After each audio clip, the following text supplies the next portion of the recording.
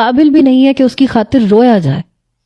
میں نے کہا میں لعنت بھیجتی ہوں اس پہ، بس مجھے اچھا نہیں لگتا، میرا کسی چیز کو دل نہیں کرتا۔ وہ کہنے لگے کیوں دل نہیں چاہتا؟ کچھ بھی نہیں ہوا تمہیں دعا، تم بالکل ویسی کی ویسی ہو، زیادہ سوچو مت، باہر نکلو اور اپنی زندگی دوبارہ سے شروع کرو۔ وہ زبردستی مجھے کمرے سے باہر لے کے آئے۔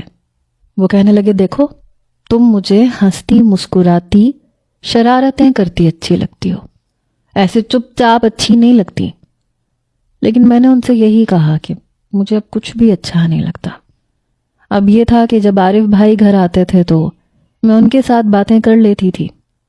تبھی مجھے یہ بھی پتا چلا کہ امامہ بھابھی پریگننٹ ہیں اور 3-4 مہینے گزر چکے ہیں۔ میں یہ سن کے بے حد خوش تھی۔ میں نے سوچا کہ چلو کوئی بھتیجا بھتیجی ہوگی تو اس کے ساتھ دل لگا لوں گی۔ چند ماہ اور گزر گئے، اللہ نے مجھے بھتیجا دیا تھا، اسے بھابھی سے زیادہ میں سنبھالتی تھی۔ میں ہر وقت اسی کے ساتھ وقت گزارنے لگی، اپنا دل اسی کے ساتھ لگا بیٹھی۔ امامہ بھابھی بھی مجھے دیکھ کر کافی ریلیکس تھی۔ عمر امامہ بھابھی سے زیادہ میری پہچان کرنے لگا تھا۔ بس ایک رات کو ہی وہ اپنی ماں کے ساتھ سوتا تھا، صبح اٹھتے ہی میں اسے پکڑ لیتی تھی، پورا دن اسے میں ہی سنبھالتی تھی۔ ایک بار شام کے وقت میں اپنے بنگلے کے باغیچے میں بیٹھی تھی، عمر کو گود میں پکڑ رکھا تھا، جب مین گیٹ سے میں نے یحییٰ کو آتے ہوئے دیکھا۔ اسے دیکھ کے میں فوراً سے کھڑی ہو گئی، اپنے کمرے میں جانے لگی تو تیز تیز قدم اٹھاتا ہوا وہ مجھ تک پہنچ گیا۔ کہنے لگا میں تم سے کچھ بات کرنا چاہتا ہوں۔ میں نے کہا لیکن میں آپ سے کوئی بات نہیں کرنا چاہتی۔ عارف بھائی اندر ہیں، آپ ان سے جا کے بات کر سکتے ہیں۔ وہ کہنے لگا ان سے ملنے اور بات کرنے نہیں آیا، تم سے ملنے اور بات کرنے آیا ہوں۔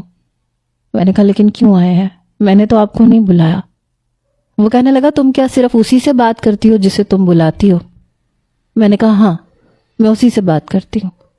وہ کہنے لگا میں عارف سے پوچھ کر اجازت لے کر آیا ہوں، مجھے تم سے بات کرنی ہے دعا، اگر آسانی سے نہیں سنو گی تو زبردستی تمہارا بازو پکڑ کے تمہیں یہاں روک کے تم سے بات کروں گا، اور تمہارا بھائی مجھے کچھ نہیں کہے گا۔